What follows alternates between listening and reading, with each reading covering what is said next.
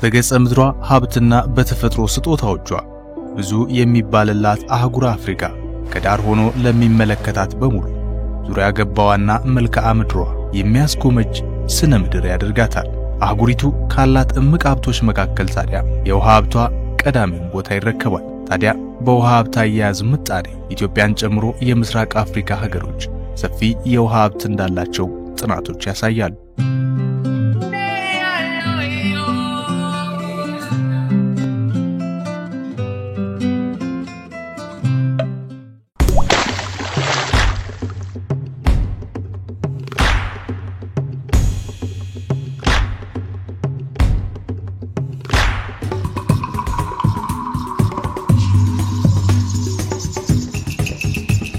ባለፉት በተለይ ከ2014 በፊት እስከ 2009-8 አካባቢ በነበረው ሂደት ስናይ ኢትዮጵያ ውስጥ ያለው የውሃ ሽፋን ቁጥሩ በጣም ትልቅ ሆኖ እንደ ሀገር ስናይ፣ ነገር ግን በክልሎች መካከል ኢፍትሃዊ የሆነ ዲስትሪቢዩሽኖች በጣም ተመጣጣኝ የማይሆን የውሃ ሽፋን አለ ብሎ ለመናገር የማያስደፍር ሂደቶች ነበሩበት ማለት ነው። ተቋም አለ፣ ስራ ይሰራል።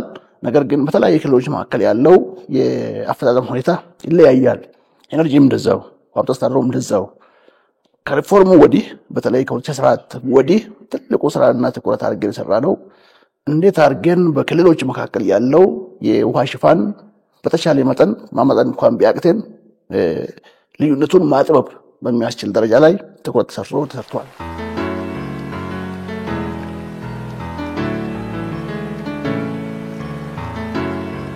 ባለፉት 7 የለውጥ ዓመታት በውሃው ዘርፍ በጣም ሰፊ ስራ የተሰራበት ነው ብሎ መውሰድ ይቻላል። በተለይ ከመጠጥ ውሃና ሳኒቴሽን አንፃር የለውጡ መንግስታችን በጣም ሰፊ የሆኑ አቅጣጫዎችን አስቀምጦ በርካታ በጀት መድቦ ወደ ስራ የተገባበት ነው ብሎ መውሰድ ይቻላል። መጠጥ ውሃና ሳኒቴሽን የራሱ የሆነ ስታንዳርድ አለው። ከተማም አካባቢ ላይ እንደዚሁ የራሱ የሆነ ስታንዳርድ አለ። ከዛም ባሻገር የስራ ድርሻም አለ።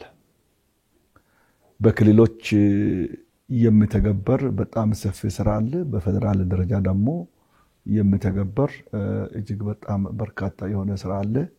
እነዚህን ስራዎች ተግባራዊ ለማድረግ ያው ካስቀመጥነው ፖሊሲ እና ከስትራቴጂያችን በመነሳት የሴክተሩን የልማት አቅጣጫ አስቀምጠናል። ከልማት አቅጣጫው በመነሳት ደግሞ የ10 ዓመቱ መሪ ዕቅድ እንደዚሁ ተዘጋጅቷል።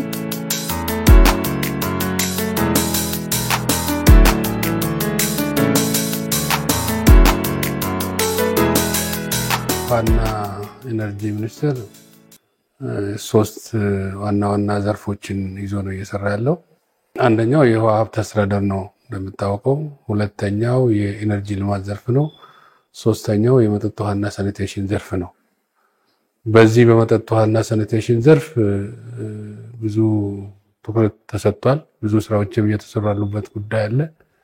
ከዚህ አኳያ ስናይ ባለፉት ዓመታት በዚህ የመጠጥ ውሃን ተደራሽ ከማድረግ አኳያ እንደምታውቀው በጣም በዝቅተኛ ደረጃ የሚገኝ ሽፋን ነው ለማለት ይቻላል። ይሄ ማለት ወደ 30.5% የሚሆነው ህዝባችን የመጠጥ ውሃ በቂና ንጹህ የመጠጥ ውሃ ተደራሽ አይደለም ማለት ነው።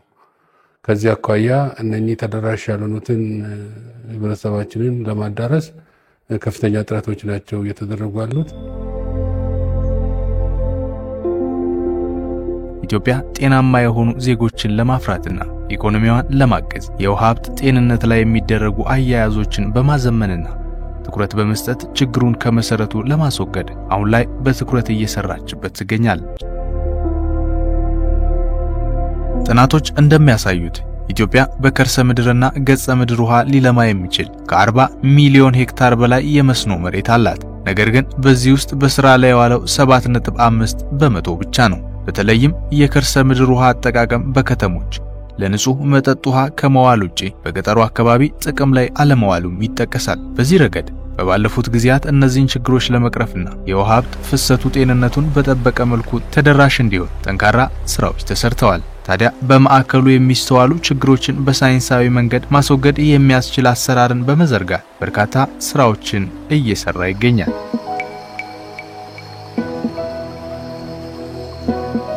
በእኛ ተቋም በሁለት ጉዳዮች ላይ በትኩረት ነው የምንሰራው። አንዱ ያሉ መረጃዎችን በዘመናዊ መንገድ መያዝ ነው። የውሃ ሀብት አስተዳደር ላይ እያንዳንዱ ጣቢያ ከእያንዳንዱ ወንዝ በፊት የሚመጣው ሰው እዛ ቆሞ የለካ በሚያስተላልፈው መረጃ መሰረት ፍሰቱ ዛሬ እንዲውሏል ይባላል ማለት ነው። የሰው እጅ ካለበት ሁሉ ጊዜ ስህተት አይጠፋም፣ የራሱ ችግር አለው ማለት ነው። ስለዚህ ከንክኪ ነፃ ለማድረግ የጀመርናቸው አሉ።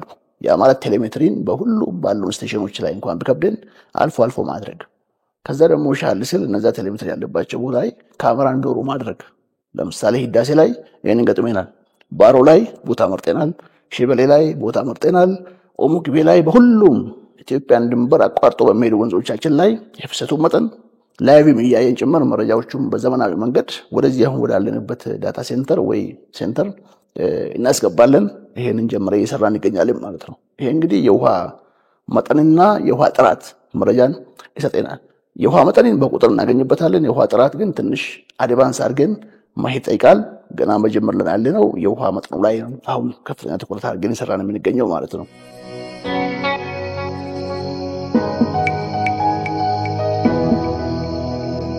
እንደ አገር በጣም በርካታ እያደገ የመጣ የበጀት አስተዋጽኦ አድርገናል። እየተመደበም ነው ያለው። በፌደራል ደረጃም ይሰራል። ትልቁ ስራ ደግሞ የሚሰራው በክልል ደረጃ ነው። በክልል ደረጃ እየተሰራ ነው። ያንን ስራ ለማገዝ እንደ ሚኒስቴር መስሪያ ቤት ደግሞ የተለያዩ ፈንዶችን እያፈላለገ ወደ ታች ከሚያቀርብ አካል አንፃር ሲታይ ከገንዘብ ሚኒስቴር ጋራ እና ከፕላንና ልማት ሚኒስቴር ጋር በጋራ የተገናኘ እቅድ አዘጋጅተን ያንን እቅድ ተግባራዊ ለማድረግ ደግሞ በጋራ የተንቀሳቀስን እንገኛለን።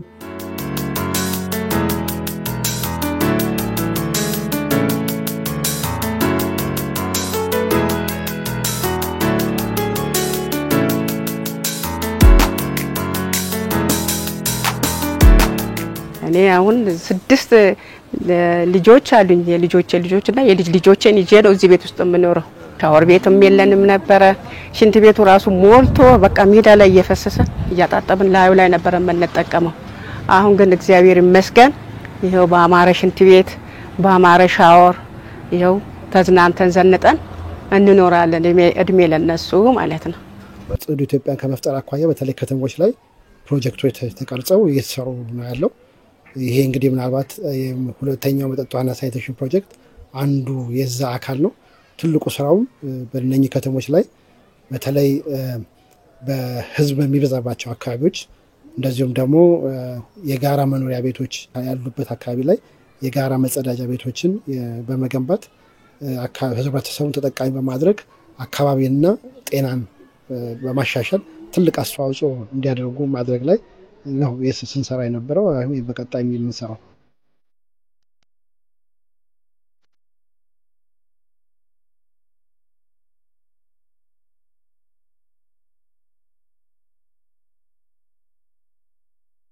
እንደሚታወቀው አብዛኛው የገጠር ማህበረሰብ ምግቡን የሚያበስለው ከማገዶ እንጨት ነው።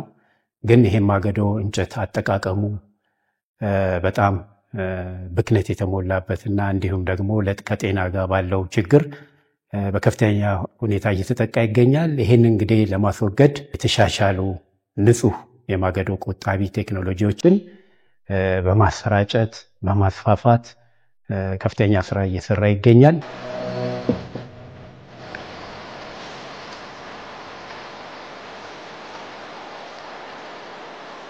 አገሪቱ አመቱን በሙሉ ከሚፈሱ ከ12 ትላልቅ ወንዞች ብቻ በአመት 124 ቢሊዮን ኪዩቢክ ሜትር የገጸ ምድር ውሃ ያላት ሲሆን በተጨማሪም ከ36 ቢሊዮን በላይ የከርሰ ምድርና ከ96 ቢሊዮን ኪዩቢክ ሜትር በላይ ከምንጮችና ከሐይቆች የሚገኝ የውሃ ሀብት አላት። ነገር ግን አብዛኛው የውሃ ሀብት በስራ ላይ ሳይውልና የውሃ ጤንነቱ በተገቢው መንገድ አለመያዙ በአሁኑ ወቅት በውሃ ሀብቱ ላይ መንግስት ትኩረት እንዲሰጥበት ያደረገው ዋነኛ ምክንያቱ ሆኗል።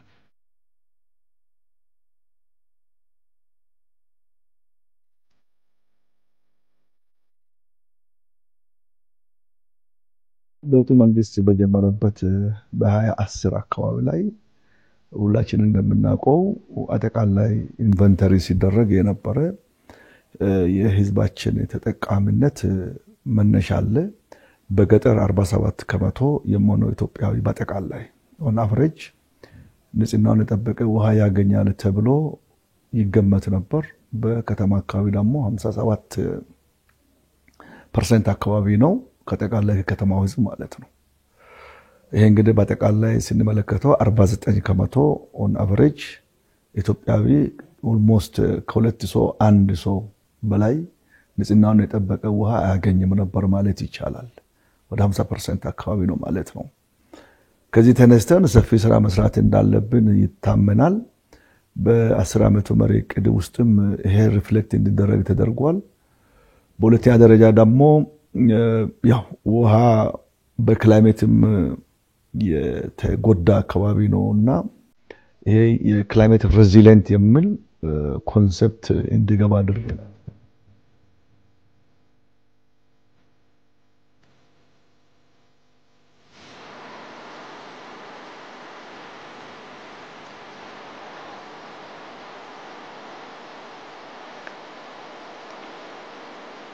በተለይም ደግሞ በአገሪቱ ያለውን የውሃ ሀብት በማስጠበቁ በኩል የአረንጓዴ አሻራ መርሃ ግብር ለውሃ ሀብት መበልጸግና ጤንነት ላይ ትልቅ አስተዋጽኦ የሚያበረክት አጋር ክዋኔ መሆኑም ይነሳለታል።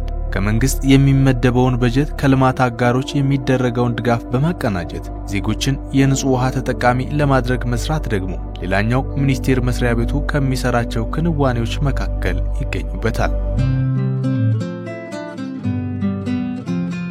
የአረንጓዴ አሻራ ክቡር ጠቅላይ ሚኒስትር ሐሳቡ ሲመጣ በጣም ብዙ ሰው አረንጓዴ አሻራ እንዲሁ ችግኝ መትከል ወይ ዛፍ መትከል ብቻ አድርጎ ማየት አለ። እውነት ነው። አረንጓዴ አሻራ ከግብርና ጋር ከፍተኛ አስተዋጽኦ አለው። ከአካባቢ ጥበቃ ከፍተኛ አስተዋጽኦ አለው።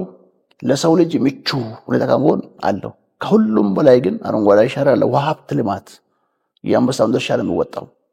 ምክንያቱም አንዱና ኢትዮጵያ ውስጥ እኛን ሲያጋጥም የቆየው ችግራችን ያሉን ውሃ ሀብቶቻችን ብናይ የደፈረሱ በደለል የተሞሉ ኢትዮጵያን አፈር እያጠቡ ሄደው ለጎረቤት ሀገሮች ሲሳይ የሚያደርጉ ወይ ደግሞ በየግድቡ እየገቡ ግድቦች ለተፈለገው ዓላማ እንዳይሆኑ እድሜያቸውን የሚያሳጥር ነበር ማለት ነው። ከአረንጓዴ አሻራ በኋላ አንዱና ትልቁ ኢምፓክት አሁን በስራ ጀምረነው አሉ ሳይንቲፊካሊ የሚጠበቀውም የአፈር መሸርሸር ይቀንሳል።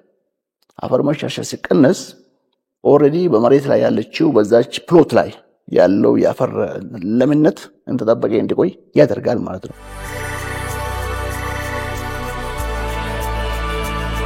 አሁን የተሰሩ የተገነቡ በጣም ብዙ የሆኑ በተለይ በ22 ከተሞች ላይ ከ1200 በላይ እንደዚህ ህዝብና የጋራ መጸዳጃ ቤቶች አሉ።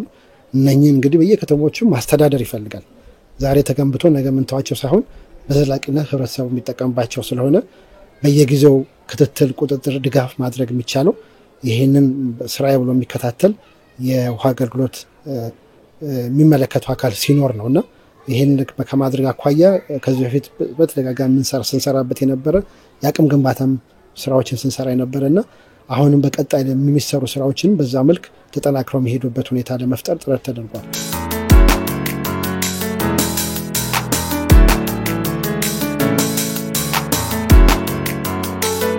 ሁለት እቅድ ነው እኛ ግዴታ ውስጥ ገብተን እየሄድን ነው። አንደኛው ዓለም አቀፋዊ የሰስተናብል ዴቨሎፕመንት ጎል ተብሎ የሚታወቀው በ2030 እንደ አውሮፓ አቆጣጠር ሁሉም የዓለም ህዝብ ንጽህናውን የጠበቀ ውሃ ማግኘት አለበት የሚለውን ይሄ ግብ ሲጣል ኢትዮጵያ ውስጥ ነው በ2015 ላይ ሁላችሁ እንደምታውቁት በኢሲኤ ላይ ተደርጓልና ያንን ኮንፈረንስ ካዘጋጀችው አገር አንፃር ሲታይ ትልቅ ግዴታ ነው የተገባው። በሁለተኛ ደረጃ ደግሞ ይሄ ግዴታ እንደ ዩኤን አንዱ አካል እንደመሆናችን መጠን በዓለም አቀፍ ደረጃ የሚደረገውን ግብ መነሻ አድርገን የጣልነው ግብ ደግሞ በተግባር አለበት ብለን በጽኑ አቋም ላይ ቆመን የምንሄድ አገር ነን። ይሄንን ግብ ተግባራዊ ለማድረግ በቁርጠኝነት እየሰራን እንገኛለን።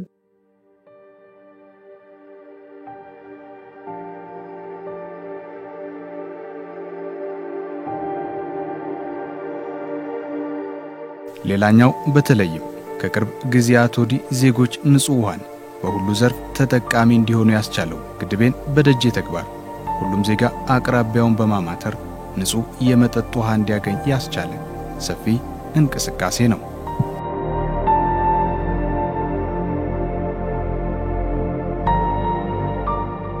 ይሄ ፕሮጀክት እንግዲህ እዚህ በአገር አቀፍ ከሚሰሩ ፕሮጀክቶች ውስጥ አንዱ ነው። በቦርቻ ወረዳ በዚህ ትምህርት ቤት የተሰራ ትምህርት ቤት ፕሮጀክት።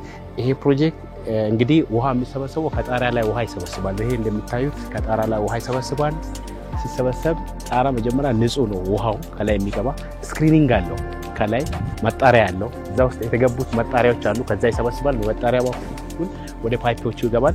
በፓይፑ በኩል በዚህ የተቀበረው ይገባል። እዚህ ፖንዱ ውስጥ ይገባል። እዚህ ፖንድ እንግዲህ ወደ 192 ሜትር ኩብ ውሃ ነው የሚይዘው። ይሄኛው አንደርግራውንድ የተሸፈነ ነው። ንጹህ ውሃ ነው። ውሃው ንጹህ ነው። ከዛም በፓምፕ አማካኝነት ምንም ከሰው ንክኪ ውጪ በፓምፕ አማካኝነት ሶላር ፓምፕ አለ። በሶላር ፓምፕ ይደረግና የት ላይ ይገባል? እዚህ ሪዘርቫየሩ ጋር ሮቶ ላይ ይገባል። ከሮቶ ደግሞ ምንድነው? ከሮቶ ንጹህ ውሃ እዚህ ጋር ምን ያደርጋል? ይቀዳል ማለት ነው። እዚህ ሮቶ ውስጥ ደግሞ ምንድነው ያለው? የወተር ትሪትመንት ውሃ ማከሚያ ኬሚካሎች ይጨመርና ንጹህ ውሃ እዚህ ጋር እንደምታዩት ይጠጣል። የሚታጠብ ለሁሉም ያገለግላል ማለት ነው። እንግዲህ ይሄ እንደዚህ አይነት ይሄ ፕሮጀክቶች ይሄ ኢኒሺዬቲቭ የተጀመረው ድርቅ በሚያጠቃቸው ውሃ እጥረት ያለባቸው አካባቢዎች ውሃን ለማዳረስ ተብሎ ነው። በተለይ ለትምህርት ቤትና ለጤና ተቋማት። ስለዚህ ይሄ አንድ የውሃ አቅርቦት አማራጭ ነው ማለት ነው። ይሄ አማራጭ በአገር ደረጃ ይሄ እንደዚህ አይነት ፕሮጀክቶች ወደ 219 ፕሮጀክቶች በትምህርት ቤቶችና በጤና ተቋማት ተገንብቶ አገልግሎት እየሰጡ ነው ያለው። ወደ ከ192 ሺህ ህብረተሰብ በላይ ተጠቃሚ ማድረግ ተችሏል። እዚህ ወረዳ ላይ እዚህ አካባቢ በሲዳማ ክልል ወደ 14 ተቋማት ተገንብቶ ከ22 ሺህ ህብረተሰብ በላይ ተጠቃሚ ለማድረግ ተችሏል ማለት ነው። ተማሪዎች ተጨናንቀው በጃርካን በሃላንድ ይዞ ነው የሚመጡት ምግብ እንዲበሉ ማለት ነው። አሁን ግን በሰላማዊ መንገድ በጣም እረፍት አግኝተውኮ ከዚህ በፊት እየሸከሙ እየመጡ ደፍተሪ አንድ እጅ ደፍተሪ ይዘውና በሃላንድ ውሃ ያመጡ ነበር። አሁን ግን በሰላማዊ ደፍተራቸው ይዞ እየመጡ እየመገቡና እየጠጡ ነበር። ከዚህ በፊትማ ተቸግረን ነበር። ቀጣይ ደግሞ በአገር አቀፍ ደረጃ እንደዚህ አሁን ድርቅ በሚያጠቃቸው በተደጋጋሚ የድርቅ ችግር ያለባቸው አካባቢዎች ወረዳዎች የዚህ ፕሮጀክት ኢኒሺዬቲቭ በስፋት የሚሰራበት ይሆናልና በቀጣይ በሁሉም አካባቢ እንደዚህ አይነት ፕሮጀክቶች ለማሰራት እቅድ ተይዞ እየተሰራ ያለበት ሁኔታ ነው።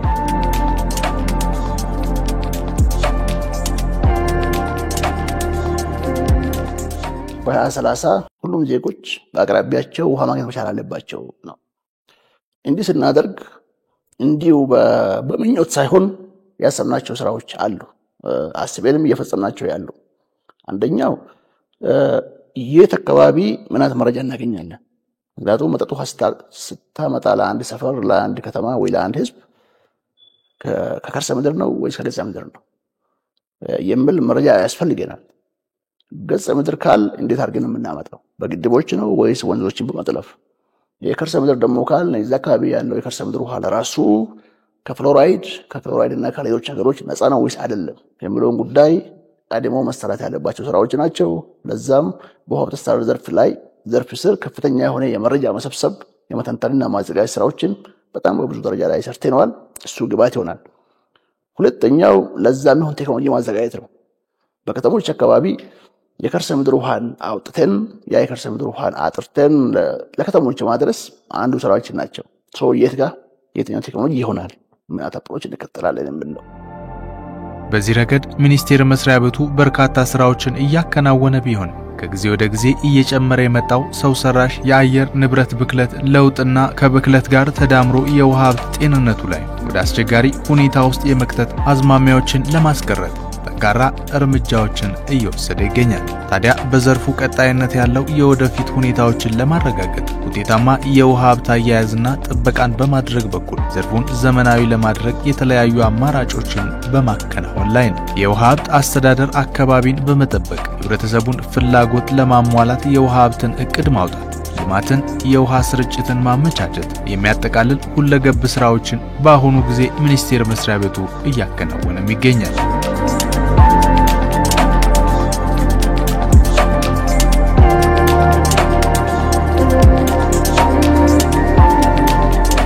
ለምሳሌ በጣም ብዙ ኢትዮጵያ ውስጥ ያሉ የውሃ አካላት መበከላቸውን የምትረጋግጥበት በወንዞቻችን ላይ የምናይ መጣረሞች አሉ።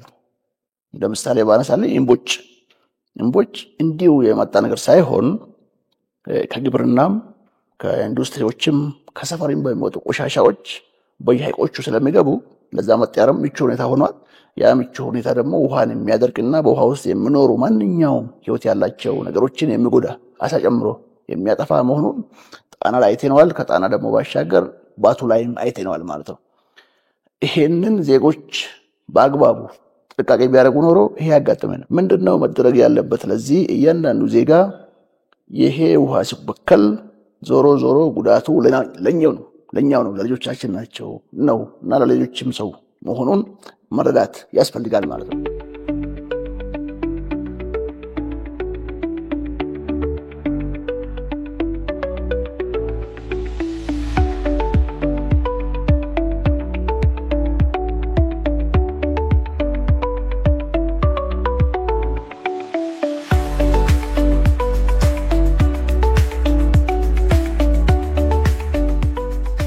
አንዱና ትልቁ እኛ ላይ እየሰራን የምንገኘው ተቋም ማዘመን ነው። ተቋም ማዘመን በሶስት ጉዳይ ነው የሚታየው። አንዱ መሰረተ ልማት ነው፣ ኢንፍራስትራክቸር፣ ህንጻዎቻችን፣ ቢሮ ሲስተሙ በጣም በአይቲ የተደገፈ በጣም የሚያምር ለሰራተኛ ምቹ የሆነ ቦታ፣ የመጸዳጃ ቦታ፣ የመዝናኛ ቦታ፣ ሁሉ ነገር ያለው አድርጎ ካደረግ እዛ ውስጥ የሚቀመጠው አእምሮ ቅን የሚያስብ መልካም ነገር የሚሰራ ለስራ የተነሳሳ ዜጋ ይፈጥራል። እሱ ላይ ትኩረት አድርገን እንሰራለን። ሁለተኛው ሰራተኞቻችንን ማብቃት ነው። በባለፉት ጊዜያት በሚኒስቴር መስሪያ ቤቱ በተለይ በረሃማ አካባቢንና ውሃ አጠር መንደሮችን በመለየት የንጹህ መጠጥ ውሃ አቅርቦት በማሻሻልና የውሃ አቅርቦቱን በማዘመንና ተደራሽ በማድረግ በኩል እንዲሁም የውሃ ቴክኖሎጂዎችን በማበልጸግ በአገሪቱ የተለያዩ ክልሎች ተደራሽ የሆኑ ስራዎችን አከናውኗል። ሌላኛው ስለ ውሃ ጠቀሜታ ህብረተሰቡን ማስተማር፣ የፖሊሲ ለውጥን መደገፍና የውሃ ጤናማነትን ከፍ የሚያደርጉ አዳዲስ ቴክኖሎጂዎችን በመደገፍ በርካታ ስራዎችንም እያከናወነ ይገኛል። ኃይል ቆጣቢ የሆኑ ቴክኖሎጂዎች እንዲስፋፉ በማድረጉ በኩል አመርቂ ስራዎች በሚኒስቴር መስሪያ ቤቱ ተሰርተዋል።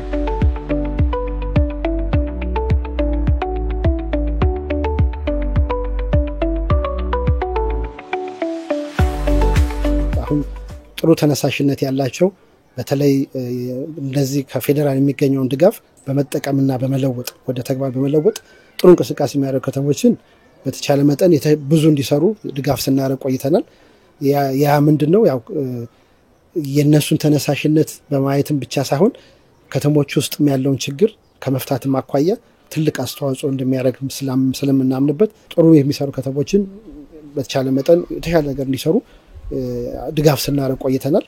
ያው በቀጣይም አብረን በዛው መልክ ይዘን ነው የምንሄድ ይሆናል።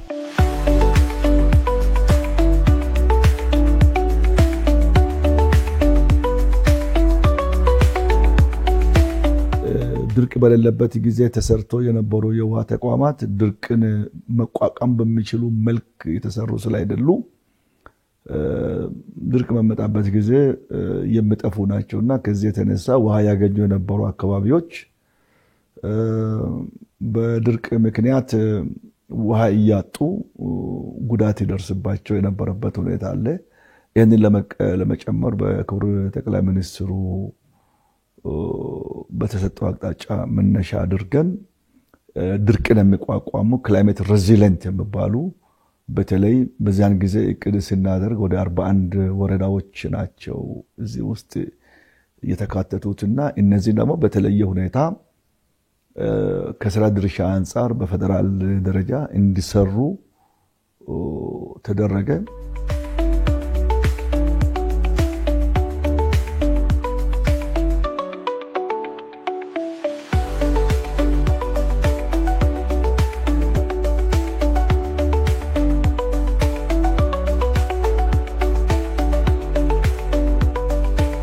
በውሃ ልማት ፈንድ በኩል የሚሰራቸው ስራዎችንና የታዩ ለውጦች ታዲያ ከተሞች በሚኒስቴር መስሪያ ቤቱ በኩል የሚሰጡ የተለያዩ አገልግሎቶችን ጭምር እንዲያገኙ ማስችሏቸዋል። ኃይል ቆጣቢ የሆኑ ቴክኖሎጂ አቅርቦቶች በብድር እንዲወስዱ በማድረግና በተጨማሪም የውሃ ተፋሰስ ስራዎችና ተያያዥ ውጤቶች ጋር የስንዴ ልማት ስራዎችን በስፋት ዜጎች እንዲጠቀሙ ማስችሏል።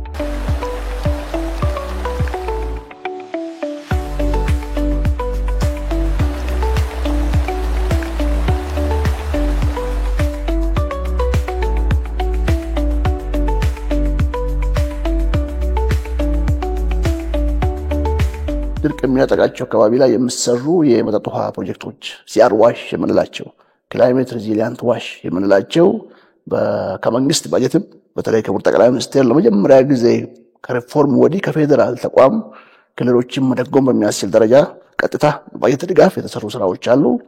እዛው ጎን ለጎን ከአጋዥ አካላት በተለይ ከዓለም ባንክ በዛው ልክ የተኮር ተደርጎ ተሰራባቸው ስራዎች በጣም ጥሩ ስራዎችን አግኝተናል ማለት ነው። በተፈለገው ፍጥነት መሄድ ባይችልም ቅድም ያልኩትን ኢፍታዊ የሆነ የውሃ ሽፋን ባላንስ ማድረግ በሚያስችል ደረጃ ላይ የተሰራበትና በጣም ጥሩ ውጤት ያየንበት ነው።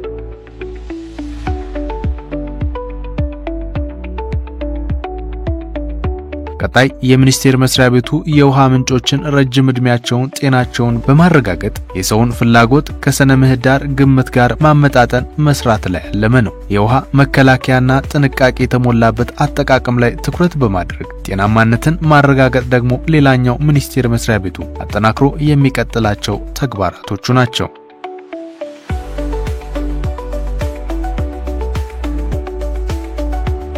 የመጠጥ ውሃን እንደ ሀገር 69.5% ወደ 78 ለመድረስ ነው ታስቦ እየተሰራለው። ይሄን እድገት ለማምጣት የሁሉም ቅንጅትና ትብብር ያስፈልጋል። በሚቀጥሉት ዓመታት እንግዲህ ህዝባችንን የተሻለ ተጠቃሚ ለማድረግ እንንቀሳቀሳለን። እጥረት ያለበት አካባቢ ላይ የፋይናንስ እጥረት ያለበት አካባቢ ላይ ፋይናንስን ፈልገን እናመጣለን ብለን ይሄንን አቅደን የተንቀሳቀስን ነው። የተለያዩ አማራጮችንም እያየን ነው። አበዳሪ ድርጅቶችንም ብድር መክፈል በሚቻልባቸው አካባቢዎች ላይ ከውጪ ባንኮችም ጋር ኢቭን የአገር ውስጥ ባንኮችም ፖሊሲያቸውን ቀይረው ለውሃው ዘርፍ እቅድ ብድር የሚያመቻቹበት ሁኔታ በፖሊሲያችን ውስጥ እንዲታይ ተደርጓልና ያ ፖሊሲ በሚመለከተው አካል ጸድቆ ወደ ተግባር በሚገባበት ጊዜ ኢንተግሬት ይደረጋል ብለን እናስባለን።